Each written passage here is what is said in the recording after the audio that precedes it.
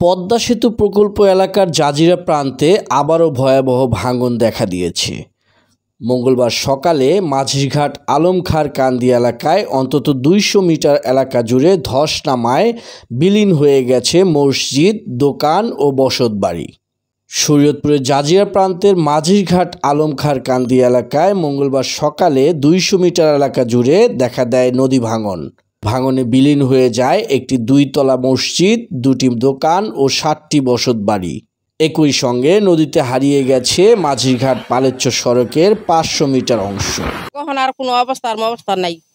আমাকে গাঙ্গে তো দুবার করে ভাঙ্গিয়া চুরি আইনা এখন তলা মুচরে করে তখন কই থাকুম, কই কি করবো অন হে আমাকে থাকুন না, কোনো ওখানে স্থানেই নাই, ঢাকাই নেই ওখানে আমরা থাকুন কোথায় ওখানে ওখান কোনো মাথায় কোনো খেলায় না, আর মাথাও নেই, এখন মাথার ব্যথাও নেই, কি করবো। আষ্ট ভাঙা দিয়ে এটা চাইছে, এটা না ফিরে ২-৩টা ভাঙা দিলাম, ভাগতে ওখানে নাই খুঁজছি। দাদু একটা একখান থাকুন না গড়া চলো হে তলা মুচরে করে নিয়ে অনেকে এটাই পড়াই ফিরে এলাম। কাম নাই কাজ দেয়, আবারও নদীতে ভাঙ্গিয়া সবকিছু তছনছ করে দিল। কই খাওয়া, কই নেওয়া, কই কি স্টেশন আছে, খবর আছে, গরিবের খবর কি লয় সেই মানুষটিতে পাওয়া যায় না। জায়গা নাই, ওখানে জায়গার ব্যবস্থা করতে হইব, তারপর হলো যাইতে হইব। জায়গার ব্যবস্থা করতে হলে টাকার দরকার। এই ইনকাম মনে হয় যে হঠাৎ করে নিয়ে ১ মিনিটে উড়িয়ে গেলাম গোটা।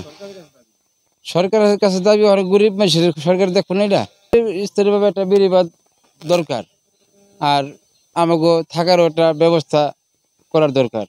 পদ্মা সেতু প্রকল্প এলাকা রক্ষাবাদ এলাকায় এ নিয়ে ৭ দফায় বাঁধের ৮০০ মিটার ও প্রায় ১ কিলোমিটার এলাকা পদ্মায় বিলীন হয়েছে। গত ২ মাসের ভাঙনে অন্তত অর্ধশতাধিক বসতবাড়ি ও ৪০টি ব্যবসা প্রতিষ্ঠান বিলীন হয়েছে। ঝুঁকিতে রয়েছে ৩টি গ্রামের প্রায় ৮০০ পরিবার এবং মঙ্গলমাঝি সাত্তার মাতবর ঘাট ও বাজারের অন্তত ২৫০ ব্যবসা প্রতিষ্ঠান।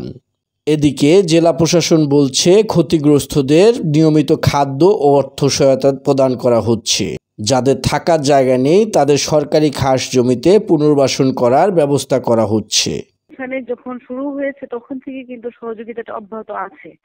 আমরা ওই যে আমাদের উপজেলা নির্বাহী অফিসার উনি ওইখানে গিয়ে যারা ক্ষতিগ্রস্ত ওনাদের জন্য টিন দেওয়া, শুকনো খাবার দেওয়া, নগদ অর্থ দেওয়া সবগুলোই করছেন। আর আপনি যেটা পুনর্বাসনের কথা বললেন, আমি অলরেডি ওদেরকে ইনস্ট্রাকশন দিয়েছি যে আসলে খাস ভূমি বাছাই করার জন্য এবং ওনাদের যাদের একদমই বাড়ি ঘর নাই, সবকিছু নদীর মধ্যে চলে গিয়েছে, ওনাদেরকে আমরা খাস জায়গা থেকে ভূমি বরাদ্দ দেওয়ার চেষ্টা করব। আর যাদের ধরেন জায়গা যদি থাকে তাহলে তারা যেন ঘর বানাতে পারে সেই ব্যাপারটা দেখবো। ভাঙন ঠেকাতে জরুরি ভিত্তিতে বালু ভর্তি জিও টিউব ফেলা হলেও পরিস্থিতি নিয়ন্ত্রণে আসছে না। স্থানীয়দের দাবি, স্থায়ী সমাধানের জন্য দ্রুত কার্যকর পদক্ষেপ না নিলে পদ্মা সেতু প্রকল্প এলাকা ও আশপাশের হাজারো মানুষ নিঃস্ব হয়ে পড়বে।